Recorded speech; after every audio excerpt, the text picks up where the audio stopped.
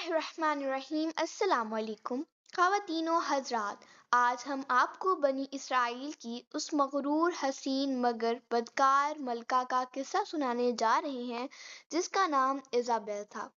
یہ عام قصہ نہیں، یہ اس ملکہ کا قصہ ہے جس کے نام سے خوف پھیل جاتا تھا۔ اس کا انجام اتنا دردناک ہوا کہ تاریخ اسے کتوں کی خوراک بننے والی ملکہ کے نام سے یاد کرتی ہے۔ یہ وہ عورت تھی جس نے اللہ کے نبی پر ظلم اٹھایا، معصوم لوگوں کا خون بہایا اور اپنی طاقت کے نشانے میں رب کے احکامات کو کھلے عام چیلنج کیا۔ اسے لگتا تھا کہ دنیا کی کوئی طاقت اسے چھو بھی نہیں سکتی۔ جی ہاں، یہ قصہ ملکہ ایزابل اور اللہ کے برگزیدہ نبی حضرت الیاس علیہ السلام کا ہے۔ ایک ایسا واقعہ جس میں سرکشی، ظلم، اللہ کی غیرت کا جواب اور وہ عذاب ہے جو زمین و آسمان کو ہلا دیتا ہے۔ ناظرین، اس قصے میں آپ دیکھیں گے کہ کیسے ایک ملکہ کا غرور پوری قوم پر مسلط ہوا، کیسے اللہ کے نبی نے اکیلے پوری سلطنت کا مقابلہ کیا اور کیسے وہ دن آیا جب حسن، طاقت اور غرور سب کچھ خاک میں مل گیا۔ حضرت الیاس علیہ السلام اللہ کے برگزیدہ نبی تھے۔ آپ کا سلسلہ نسب حضرت ہارون علیہ السلام تک پہنچتا ہے۔ آپ تقریباً 900 سال قبل مسیح اردن کے شہر جلعاد میں پیدا ہوئے۔ اللہ تعالیٰ نے آپ علیہ السلام کو بنی اسرائیل کی ہدایت کے لیے مبعوث فرمایا۔ یہ وہ دور تھا جب بنی اسرائیل کی سلطنت اندرونی طور پر دو حصوں میں بٹ چکی تھی۔ ایک حصہ یہودا کہلاتا تھا اور دوسرا حصہ اسرائیل کہلاتا تھا جس کا پائے تخت کا سا مردہ تھا۔ اسی شمالی حصے یعنی اسرائیل پر بادشاہ اخی اب حکومت کرتا تھا۔ اس کی بیوی ایزابل جو لبنان کے علاقے سیدا کی شہزادی تھی، بال نامی بت کی بیچاری تھی۔ ایزابل نے شادی کے بعد سامرا میں بال کے نام پر ایک عظیم قربان گاہ قائم کی اور اپنی طاقت کے زور پر بنی اسرائیل کو جبراً بت پرستی کی طرف دھکیل دیا۔ یہ شرک اس قدر تیزی سے پھیلا کہ توحید کی روشنی تقریباً ماند پڑنے لگی۔ اسی دوران اللہ تعالیٰ کی طرف سے حضرت الیاس علیہ السلام کو حکم ملا کہ وہ اسی سرزمین میں جائیں، قوم کو بیدار کریں اور انہیں اس گمراہی سے روکیں۔ بال صرف ایک بت نہیں تھا بلکہ بنی اسرائیل کے نزدیک یہ سب سے بڑا اور مشہور دیوتا تھا جس کی سینکڑوں سالوں سے پوجا کی جا رہی تھی۔ اس کے تقریباً 400 افراد دن اور رات اس کی خدمت میں مامور تھے۔ یوں پوری سلطنت اس پتھر کے بت کے سامنے جھکی ہوئی تھی اور حضرت الیاس علیہ السلام کی دعوت توحید انہی اندھیروں کے بیچ گونج رہی تھی۔ اللہ تعالیٰ قرآن کریم میں ارشاد فرماتا ہے، اور یقیناً الیاس بھی پیغمبروں میں سے تھے جب انہوں نے اپنی قوم سے کہا کہ تم ڈرتے کیوں نہیں؟ کیا تم بال کو پکارتے اور اسے پوجتے ہو اور سب سے بہتر پیدا کرنے والے کو چھوڑ دیتے ہو؟ حضرت الیاس علیہ السلام نے بادشاہ اخی اب اور اس کی رعایا کو بال کی پرستش سے روکا، لیکن بدقسمتی سے صرف ایک دو افراد کے سوا کسی نے ان کی بات نہیں مانی، بلکہ بادشاہ اور ملکہ ایزابل نے انہیں شہید کرنے کا منصوبہ بنا لیا۔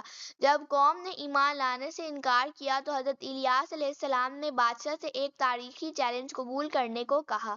آپ نے فرمایا، میری سچائی کے امتحان کا یہ بہترین موقع ہے۔ تم کہتے ہو کہ اسرائیل میں تمہارے معبود بال کے 450 نبی ہیں، تو ایک دن ان سب کو میرے سامنے جمع کرو۔ یہ طے پایا کہ بال کے بیچاری بال کے نام پر قربانی پیش کریں گے اور حضرت الیاس علیہ السلام اللہ کے نام پر قربانی کریں گے۔ جس کی قربانی پر آسمانی آگ نازل ہو کر اسے جلا دے گی، اسی کا دین سچا ہوگا۔ سب نے اس تجویز کو خوشی خوشی مان لیا۔ یوں کو کرمل کے مقام پر یہ تاریخی اجتماع ہوا۔ بال کے جھوٹے نبیوں نے اپنی قربانی پیش کی اور صبح سے دوپہر تک بال سے دعائیں کرتے رہے، لیکن کوئی جواب نہ آیا۔ پھر حضرت الیاس علیہ السلام نے اپنی قربانی پیش کی اور اللہ کے حضور دعا کی۔ فوری طور پر آسمان سے آگ نازل ہوئی جس نے قربانی کو جلا کر بھسم کر دیا۔ یہ معجزہ دیکھ کر بہت سے لوگ سجدے میں گر گئے کیونکہ ان پر حق واضح ہو گیا تھا۔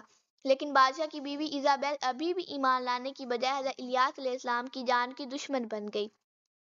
وہ آپ کو قتل کرنے پر مصر ہو گئی، جس پر حضرت الیاس علیہ السلام نے اپنی حفاظت کے لیے ایک دور افتادہ غار میں پناہ لی اور وہاں ایک طویل عرصے تک مقیم رہے۔ جب قوم نے معجزہ دیکھنے کے بعد بھی سرکشی نہ چھوڑی تو حضرت الیاس علیہ السلام نے اللہ کے حکم سے دعا فرمائی کہ ان پر شدید قحط سالی کا عذاب نازل ہو، لہذا قوم کو سخت قحط میں مبتلا کر دیا گیا۔ آسمان نے برسنا چھوڑ دیا اور زمین بنجر ہو گئی۔ یہ عذاب بادشاہ اخی اب اور ملکہ ایزابیل کی نافرمانی کی وجہ سے آیا تھا۔ یہ عذاب کئی سال تک جاری رہا، جس کے دوران بادشاہ اور ایزابیل دونوں ظلم اور سازشوں میں مبتلا رہے۔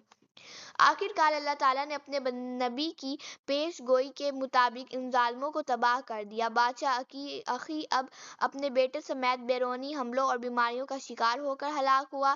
ملکہ ایزابیل، جسے اپنی طاقت اور حسن پر غرور تھا، ایک نئے بادشاہ کے حملے کے وقت اپنے محل کی کھڑکی سے نیچے پھینک دی گئی۔ اس کا انجام اتنا خوفناک تھا کہ لوگوں نے اپنی آنکھوں سے دیکھا کہ جنگلی کتے اس کی لاش کو نوچ نوچ کر کھا رہے تھے اور کوئی بھی اس کا دفن کرنے والا نہ رہا۔